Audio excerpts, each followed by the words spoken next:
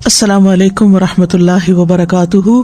جس کے دل پر کوئی بھی غم ہے کسی بھی چیز کا، اولاد کی طرف سے، ازواج کی طرف سے، یا مال کی طرف سے، یا کسی بھی طرح کا کوئی غم، ہم، فکر، پریشانی، اس کو انہی کلمات کو لازم کر لینا چاہیے اور اسی جذبے کے ساتھ پڑھنا چاہیے جس جذبے کے ساتھ یونس علیہ السلام نے پڑھا تھا۔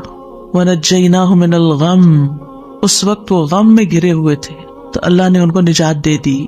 وَكَذَلِكَ نُنْجِي الْمُؤْمِنِينَ، یہ صرف ان کے لیے نہیں تھا، ہم اسی طرح سارے مومنوں کو نجات دیتے ہیں۔ جو بھی یہ دعا پڑھے گا اس کو غم سے نجات مل جائے گی۔ تو گویا مومنوں کو اس بات کی ترغیب دی جا رہی ہے، اس بات کا سلیقہ سکھایا جا رہا ہے کہ غم اور دکھ اور تکلیف کے موقع پر انہیں کیا پڑھنا ہے، کیا کہنا ہے۔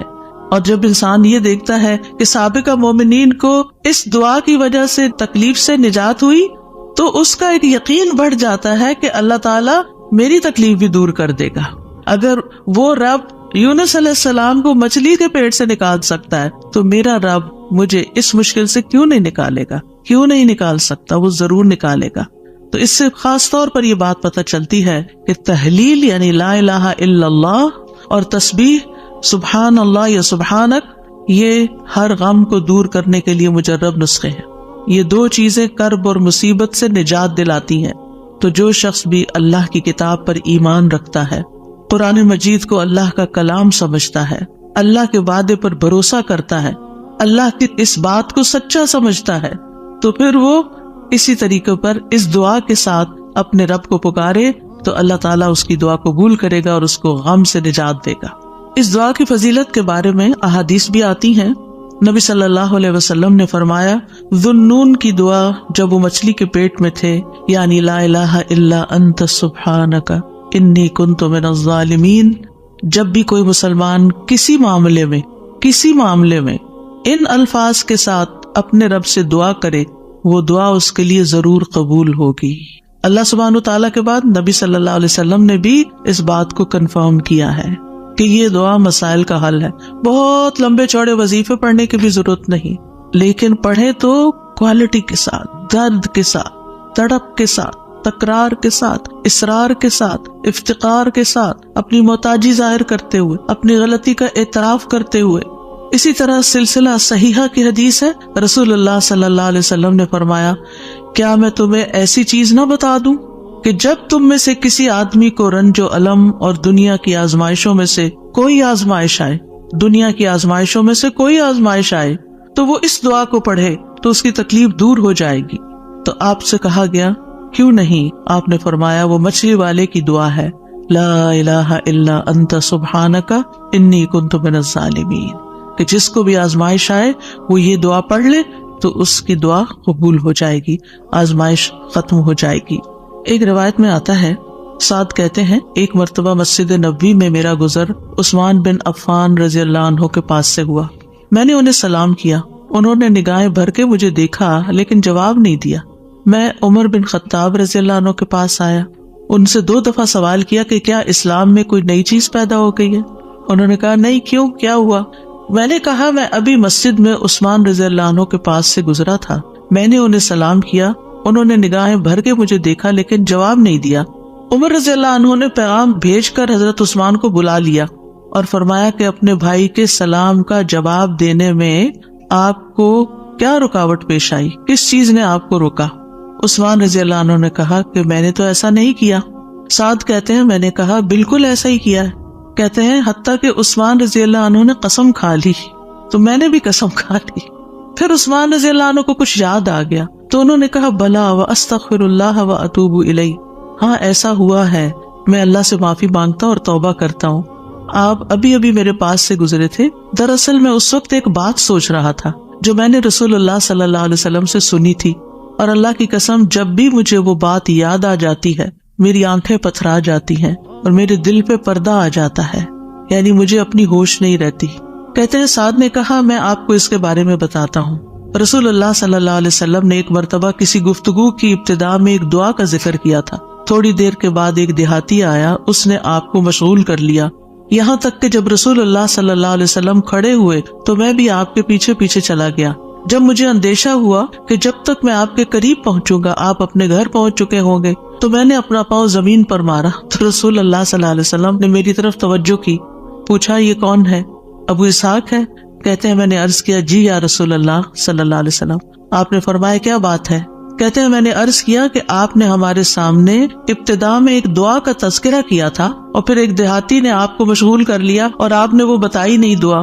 آپ نے فرمایا ہاں وہ یونس علیہ السلام کی دعا ہے جو انہوں نے مچھلی کے پیٹ میں مانگی تھی، یعنی لا الہ الا انت سبحانک انی کنت من الظالمین. کوئی بھی مسلمان جب بھی کسی معاملے میں ان الفاظ کے ساتھ دعا کرے گا تو دعا ضرور قبول ہوگی.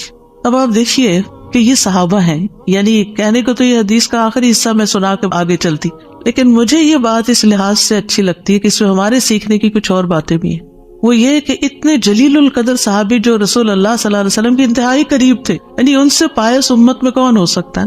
حضرت عمر ہو، حضرت عثمان ہو، حضرت علی ہو، حضرت ابوبکر رضی اللہ عنہ ہو، لیکن انسان تھے اور ان پر بھی ایسی غیر معمولی کیفیات آتی تھی کہ وہ اپنی سوچوں میں یا اپنے حالت میں ایسے مشغول ہوتے تھے کہ ان کو سامنے کی چیز نظر نہیں آتی تھی. بعض اوقات ایسا کوئی غم ہوتا ہے، کوئی بات ہوتی ہے، ہو سکتا ہے نبی صلی اللہ علیہ وسلم نے آپ کی آخری وقت کے بارے میں فتنوں کی کوئی پیشن گوئی کی ہو، کیونکہ یہاں بات کا نہیں پتہ چلتا کہ کون سی بات ان کو ہر چیز بلا دیتی تھی. دوسری بات یہ کہ بعض اوقات انسان کا حافظہ ایسے ساتھ چھوڑ جاتا ہے کہ وہ کہتا ہے کہ یہ کام ہوا ہی نہیں. نہ صرف یہ کہ وہ کہتا ہے نہیں، بلکہ اس کے بعد قسم بھی کھا لیتا ہے. اور دونوں صحابہ نے قسم کھا لی، بعد میں احساس ہوتا ہے اوہ ہاں اب یاد آیا. ہو سکتا ہے آپ کے ساتھ کبھی ایسا کوئی مرحلہ ہوا اور اس کے بعد کس قدر شرمندگی ہوئی. پچھلے دنوں میرے ساتھ ہی ایک معاملہ ہوا. کسی نے مجھے کچھ امانت دی کسی کو دینے کے لیے اور میں جلدی میں تھی، میں جلدی سے رکھ کے ڈرار میں بھول گئی. اس کے بعد جس کی امانت تھی اس نے مجھ سے پوچھا تو میں نے کہا کہ بالکل نہیں، مجھے تو کچھ پتا نہیں، کچھ پتا نہیں. 2-3 دفعہ انہوں نے پوچھا، میں نے ہر دفعہ کہا مجھے کچھ پتا نہیں، ایسا کچھ بھی نہیں. لا حول ولا قوت الا باللہ. پھر جب اس شخص سے پوچھا گیا تو پھر دور جا کے مجھے یاد ہے ہاں وہ میں نکل رہی تھی اور جلدی میں ایسے ہوا تھا. اور میں سوچوں کہ یا اللہ ایسی پھر تکلیف ہوتی ہے نا اندر کہ اتنی دفعہ میں نے غلط بیانی کی. حافظے کی کمزوری اب اس انسیڈنٹ کو بالکل بھول جانے کی وجہ سے. خاص طور پر اگر میں کلاس کے لیے نکل رہی ہوں اور مجھے کوئی کچھ بات کہے تو مجھے سمجھ نہیں آتی یہ کیا کہہ رہا ہے. یعنی آپ کی زندگی میں بھی کوئی ایسے اوقات ہوتے ہیں نا جب آپ کسی ضروری کام یا ضروری سوچ میں تو بچے آ کے کچھ کہتے ہیں وہ فلاں آیا ہے، فلاں کا فون ہے، اور آپ ایسے سنی انسنی کر دیتے ہیں جیسے آپ کو علم ہی نہ ہو. ہم سب انسان ہیں، ہم کمزور ہیں، ہم سے ایسی غلطیاں ہوتی ہیں، ہمیں ایسی غلطیوں کا احساس ہوتے ہی معافی مانگ لینی چاہیے. اور یہ جو ہم استغفار کرتے تو وہ کہتے کون سا گناہ کیا، کوئی گناہ تو ہے نہیں، کس بات کا استغفار، بے شمار گناہ ہیں ہمارے. اور ہم نے اپنا اعمال نامہ کوئی نہیں دیکھا اب تک کہ جس سے ہمیں یہ پتا چلے کہ وہ مٹ چکے ہیں کہ نہیں مٹ چکے، اور ہمیں اسٹل ابھی اور بھی معافی مانگنے کی ضرورت ہے. تو جب تک ہماری جان میں جان ہے ہم سے کچھ نہ کچھ غلطیاں، کمیاں، کوتاہیاں ہوتی رہیں گی، جانے انجانے. خلق الانسان ضعیفا، ہم کمزور پیدا کیے گئے، چاہے ہم نیکی کے، علم کے، اخلاق کے کسی بھی مرتبے پر ہوں، ہم کمزور ہیں، ہم میں کوئی بڑائی نہیں ہے اور ہم سب غلطیاں کرتے ہیں. تو ہونا کیا چاہیے، جو ہی یاد آئے غلطی تو غلطی کا اعتراف کر لینا چاہیے، معافی مانگ لینی چاہیے، بندوں سے بھی مانگ لینی چاہیے، اللہ سے بھی معافی مانگ لینی چاہیے، اور پھر اللہ تعالیٰ کی طرف رجوع کرنا چاہیے. اللہ سبحانہ تعالیٰ معاف کر دینے والا ہے اور وہی ایک اکیلا ہے جو مشکلات سے نکال سکتا ہے. یہ پکا یقین ہونا چاہیے، اور جتنا زیادہ یہ یقین ہوگا نا اتنا ہی زیادہ ہم اللہ کی طرف رجوع کریں گے، اتنا ہی زیادہ محبت کے ساتھ پھر اللہ ہی کو پکاریں گے کہ دروازہ یہی ہے جس کو کٹکھٹانا ہے، ہمیں ادھر سے ہی مسئلہ حل ہونا ہے اور کوئی رستہ نہیں ہے. جتنی توحید خالص ہوگی اتنی دعا مؤثر ہوگی. اور یہ دعا جو ہے اس کو دعا الکرب بھی کہا جاتا ہے، تکلیف دور کرنے والی دعا. ہمارے ہاں اس کو آیت کریمہ کہا جاتا ہے، ورنہ ہر آیت کریمہ ہے. کریمہ کا مطلب معزز، اور اس کی کوئی گنتی مقرر نہیں ہے، لیکن اگر آپ تکرار سے پڑھیں، 100 دفعہ پڑھ لیں، 20 دفعہ پڑھ لیں، 50 دفعہ پڑھ لیں، ضرور پڑھ لیں، وہ منع بھی نہیں ہے. لیکن ایک مخصوص تعداد میں پڑھنے سے ہی مشکل کا حل ہونا، یہ یقین رکھنا یہ غلط ہے، ایسا نہیں ہونا چاہیے. تو اس دعا میں پھر دوہرا دیتی ہوں کیونکہ اصل سبق یہ ہے جو آپ کو سیکھنا ہے، اور دعا تو آپ کو سب کو آتی پہلے سے بھی پتا ہے، اور یہ حدیثیں بھی سنی ہوئی ہیں. جس چیز کو پلے باندھنا، جس چیز کو پکڑ کے رکھنا ہے، وہ کیا چیز ہے کہ جس سے یہ دعا اتنی افیکٹو ہے. تو اس میں 4 چیزیں ہیں. ایک ہے توحید، دوسرے ہے اللہ کو ہر عیب اور نقص سے پاک قرار دینا. تیسرے اپنے عبودیت کا اقرار کہ میں بندہ ہوں، غلطیوں والا ہوں. اور چوتھے اپنی غلطی اور کوتاہی کو مان جانا، اپنی غلطی کا اعتراف کرنا. جس بندے کے اندر یہ 4 چیزیں ہوں گی، جس دعا میں یہ 4 چیزیں آ جائیں گی، انشاءاللہ وہاں مسائل حل ہو جائیں گے.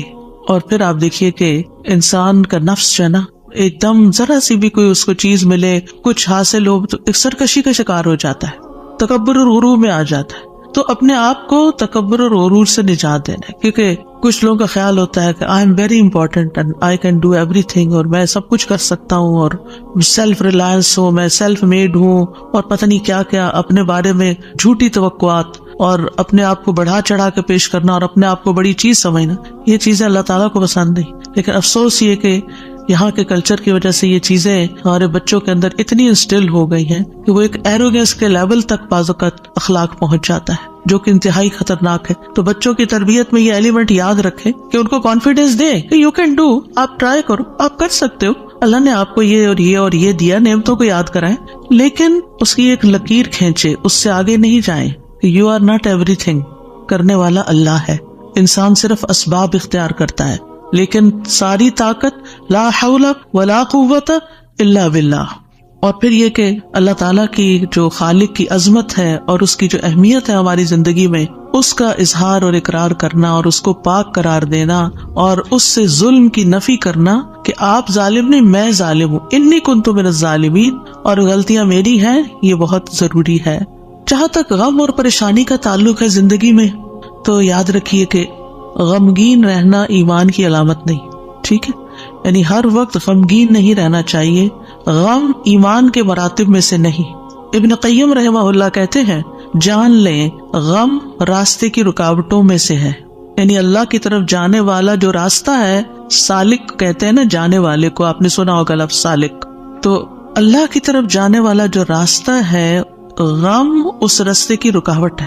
غم آپ کی ہمت، طاقت، صلاحیت کو کم کرتا ہے، آپ کی عبادت میں رکاوٹ ڈالتا ہے. آپ نماز شروع کر لیتے ہیں، آپ کو پتہ ہی نہیں ہوتا کہ کیا پڑھ رہے ہیں. آپ دعا مانگنے لگتے ہیں، آپ کا دل اڑا ہوا ہوتا ہے، آپ کو سمجھ نہیں آتی آپ کیا بول رہے ہیں. تو غم سے ہمیشہ پناہ مانگے کہ ہم پر غم نہ آئے. وہ کہتے ہیں یہ ایمان کے مراتب اور مقامات میں سے نہیں، اور نہ ہی اللہ کے راستے پر چلنے والوں کی منازل میں سے ہے.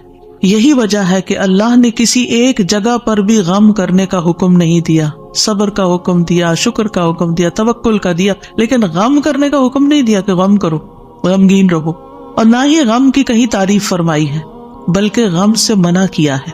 غم مصیبتوں میں سے ایک مصیبت ہے، اور ہمیں دعا کرتے رہنا چاہیے کہ اللہ تعالیٰ اس مصیبت کو ہم سے دور ہی رکھے. یہی وجہ ہے کہ جنتی لوگ جنت میں پہنچ کر کیا کہیں گے؟ الحمدللہ الذی اذہب عنا الحزن. سب تعریفیں اللہ کے لیے ہیں جس نے ہم سے غم دور کر دیا. یعنی جنتی جنت میں جا کر جس چیز سے خوش ہوں گے وہ کیا کہ جنت میں غم نہیں ہے، کوئی پریشانی نہیں ہے. اللہ سبحانہ وتعالیٰ بندے کو غمگین ہونے سے منع فرماتا ہے.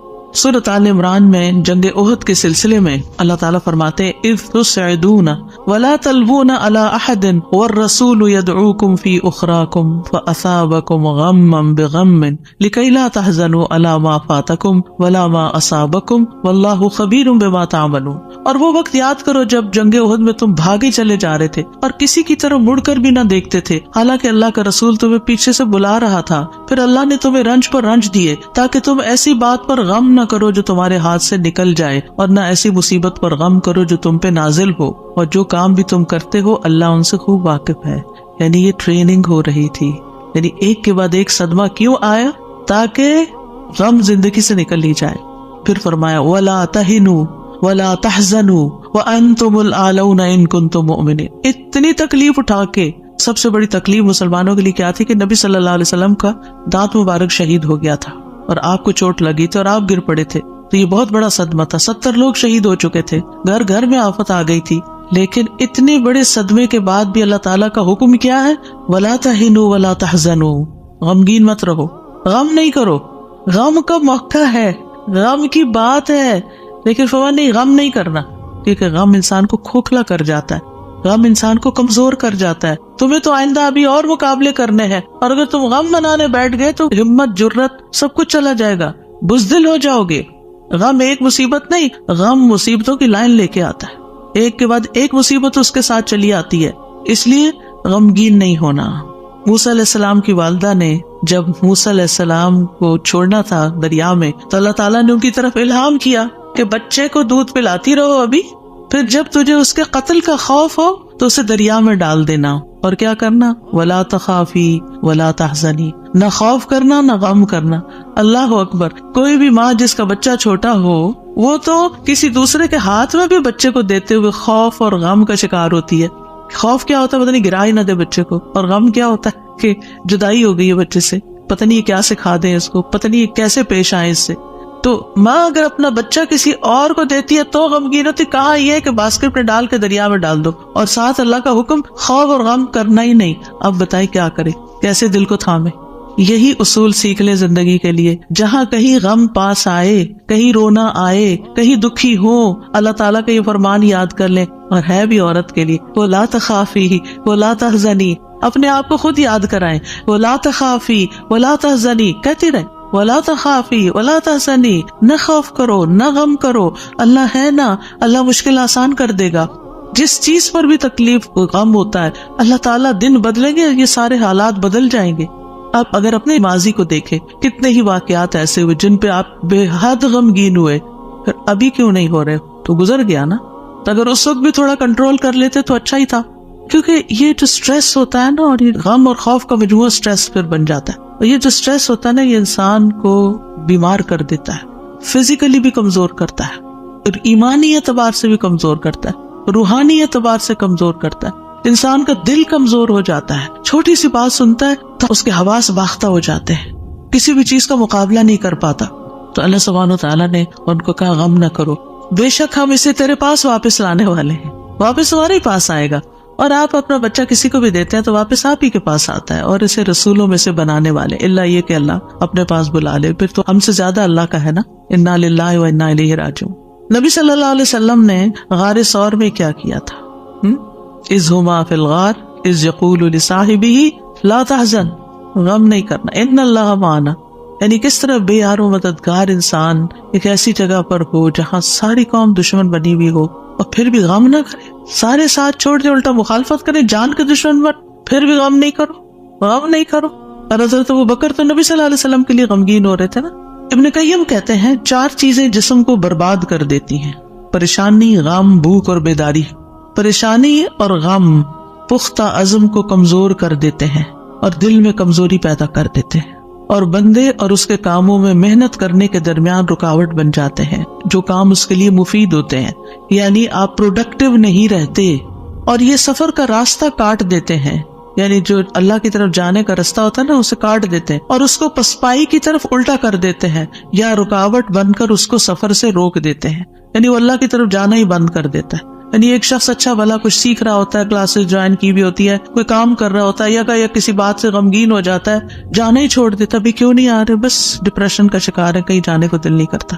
آپ اچھا بھلا ایک کام کر رہے تھے، آپ بیکار ہو کے بیٹھ گئے، کیا یہ نقصان نہیں ہے؟ اور اس غم کی حالت میں انسان کی عقل ایسے ماری جاتی کہ اس کو اپنا نقصان بھی نہیں سمجھ آتا کہ یہ میں اپنا ہی نقصان کر رہا ہوں، اپنے آپ کو کھا رہا ہوں. غم کیا ہے؟ خود کو کھانا. تو خود کو کھانے سے تو مسئلہ حل نہیں ہوگا، مسئلہ تو جہاں ہے وہی ہے، وہ تو اللہ نے دور کرنا ہے. اس سارے کیفیت کو، اس احساس کو، اس شدت کو دعاؤں میں لگا دیں، دعاؤں میں کنورٹ کر دیں. امام ابن قیم کہتے ہیں یا اس کے علم سے رکاوٹ بن جاتے، علم کے لیے رکاوٹ بن جاتا ہے غم. تو یہ چیزیں سفر پر جانے والے کی پشت پہ بہت بھاری بوجھ ہیں. پریشانی، غم، بھوک اور بیداری.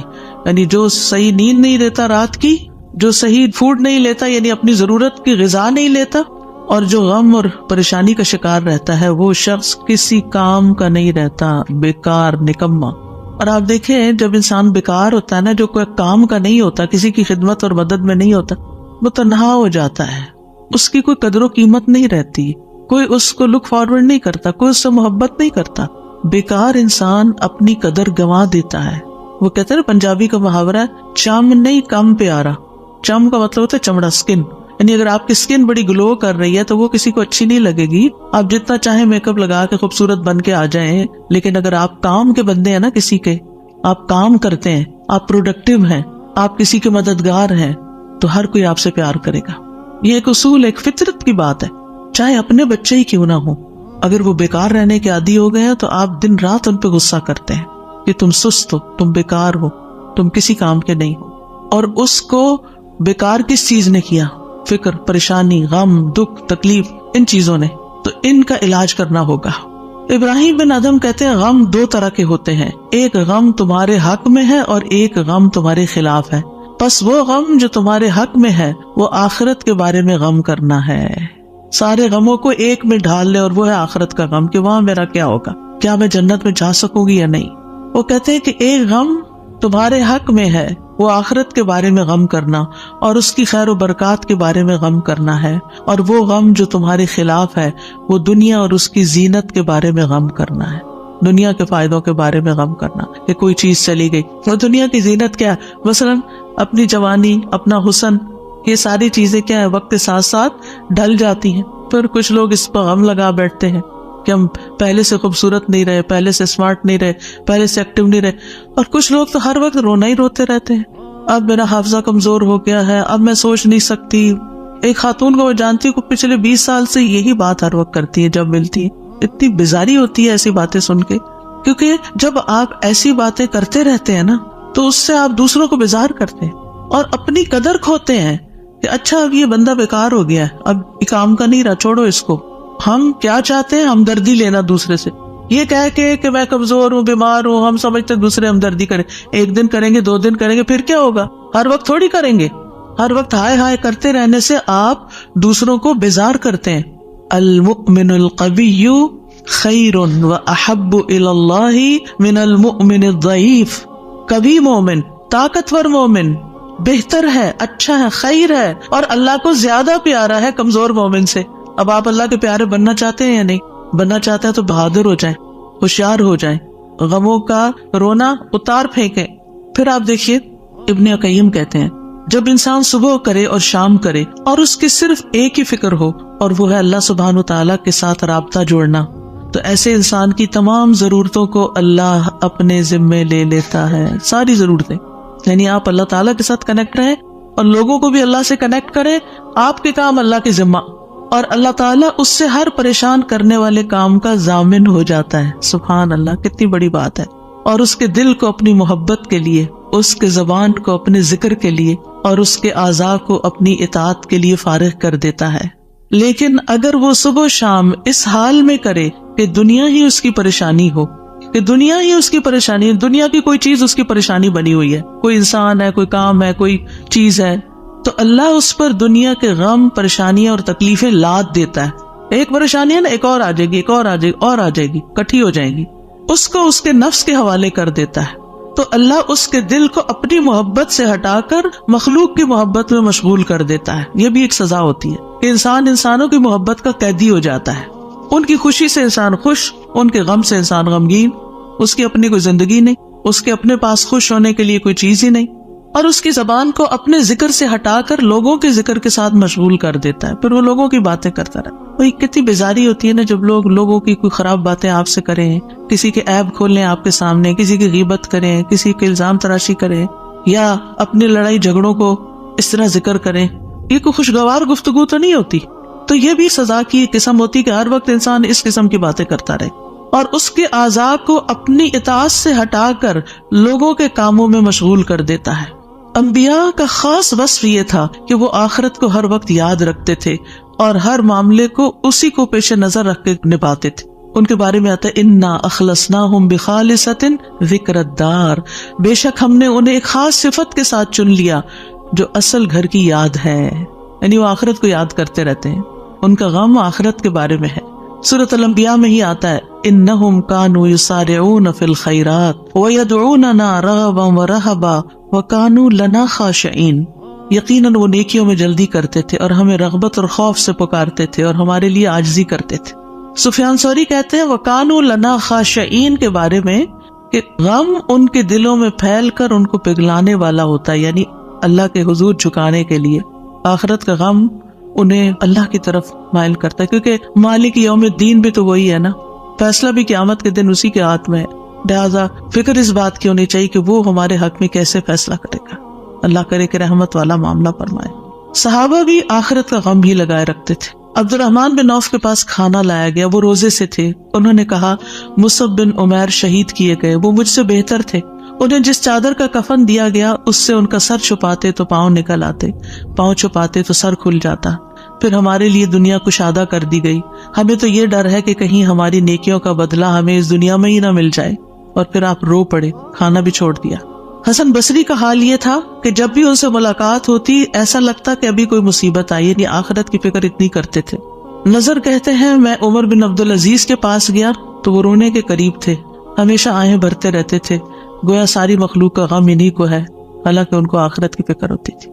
سفیان ثوری کہتے ہیں لوگوں کا غم ختم ہو چکا ہے، آپ نمازیوں میں ایک شخص کو دیکھیں گے اس پر کوئی نہ غم ہے نہ خوف ہے۔ وہ کہتے ہیں پہلے ایک آدمی نماز پڑھتا تھا، پھر آپ اس کو دیکھتے کہ بیٹھا ہوا اور اس کی نماز اس کو غم میں بھڑکا دیتی، یعنی اس کو رونا آتا نماز میں آخرت کی یاد کی وجہ سے۔ آج اگر ہمیں نماز میں رونا آتا بھی ہے تو کس وجہ سے آتا ہے؟ ہم سب اپنا جائزہ لیں، ہر کوئی اپنا اپنا۔ پچھلے ایک مہینے کے اندر سوچئے میں کتنی بار روئی ہوں اور کیوں روئی ہوں، دنیا کے غم میں روئی ہوں یا آخرت کے غم میں روئی ہوں۔ ہم کیوں روتے ہیں؟ اس نے مجھے ہرٹ کر دیا، یہ مسئلہ آ گیا، فلاں آ گیا۔ یہ چھوٹے مسئلے ہیں، یہ وقت کے ساتھ ختم ہو جائیں گے، جو آگے آپ بڑھیں گے یہ مسئلے پیچھے رہتے جائیں گے۔ لیکن آگے جو آ رہا ہے نا، کل جس کو دیکھنا ہے وہ ہے مشکل وقت، اس کا غم لگا لیں، پیچھے نہ دیکھیں آگے دیکھیں۔ صحابہ نماز ضائع ہونے پہ غم زدہ ہوتے تھے، عبادت نہ کر سکنے پر غمگین ہوتے تھے، فتنوں میں پڑنے پہ غمگین ہوتے تھے، ہر دن زندگی کو کم کر رہے اس بات میں غمگین ہوتے تھے، اس بات میں نہیں کہ دنیا چھوڑ جائیں گے تو کیا بنے